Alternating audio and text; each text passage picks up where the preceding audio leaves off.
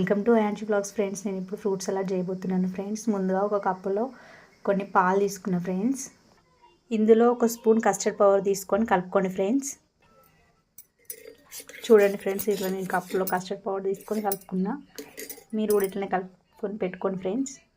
మనం ఇప్పుడు స్టవ్ మీద కొన్ని పాలు వేడి చేసుకోవాలి. నేను 1/2 లీటర్ వరకు పాలు తీసుకున్నా ఫ్రెండ్స్. ఇప్పుడు దీన్ని బాగా కాచాలి ఫ్రెండ్స్. పాలు కాగేలోపు ఇలా ఫ్రూట్స్ కట్ చేసుకొని పెట్టుకోవాలి. మనకి ఎప్పుడు అవైలబుల్గా యాపిల్స్ మరియు దానిమ్మ పండ్లు ఉంటాయి కదా, అందుకే ఇవి కట్ చేసుకొని పెట్టినా ఫ్రెండ్స్. ఇందులో నేను 4 కప్పుల షుగర్ వేస్తున్నా ఫ్రెండ్స్. పాలు బాగా మరిగినాయి ఫ్రెండ్స్. ఈ మరిగిన పాలల్లో ఈ కస్టర్డ్ పౌడర్ వేసి కలుపుకోవాలి.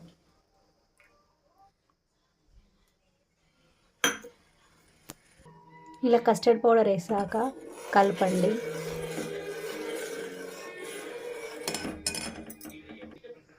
చూడండి ఫ్రెండ్స్, ఎంత చిక్కబట్టిందో చూడండి. ఇట్లనే కలుపుని బాగాసేపు మరిగించితే ఇట్లా దగ్గరకు అవుతుంది ఫ్రెండ్స్. ఇలా దగ్గరకు అయ్యాక చూడండి, చిక్కబడ్డాక స్టవ్ ఆఫ్ చేసుకోండి ఫ్రెండ్స్. ఇలా చల్లారిన దాంట్లో మనం కట్ చేసుకొని పెట్టుకున్న ఫ్రూట్స్ యాడ్ చేసుకోండి ఫ్రెండ్స్. మీ దగ్గర ఉండే డేట్స్, కివీస్, గ్రేప్స్ ఇవన్నీ యాడ్ చేసుకోవచ్చు ఫ్రెండ్స్. చాలా టేస్టీగా ఉంటుంది ఫ్రెండ్స్. నా దగ్గర ఉండే సింపుల్ వాటితో ఇవి చేసిన ఫ్రెండ్స్. అందరికి అవైలబుల్గా ఇవి దొరుకుతాయి కదా, ఇవి ఫ్రిడ్జ్లో పెట్టుకొని తినండి ఫ్రెండ్స్.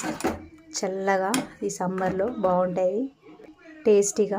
మీకు కనుక ఈ వీడియో నచ్చినట్టయితే లైక్ చేయండి, షేర్ చేయండి, మా ఛానల్ని సబ్స్క్రైబ్ చేయండి friends. Please support my channel friends.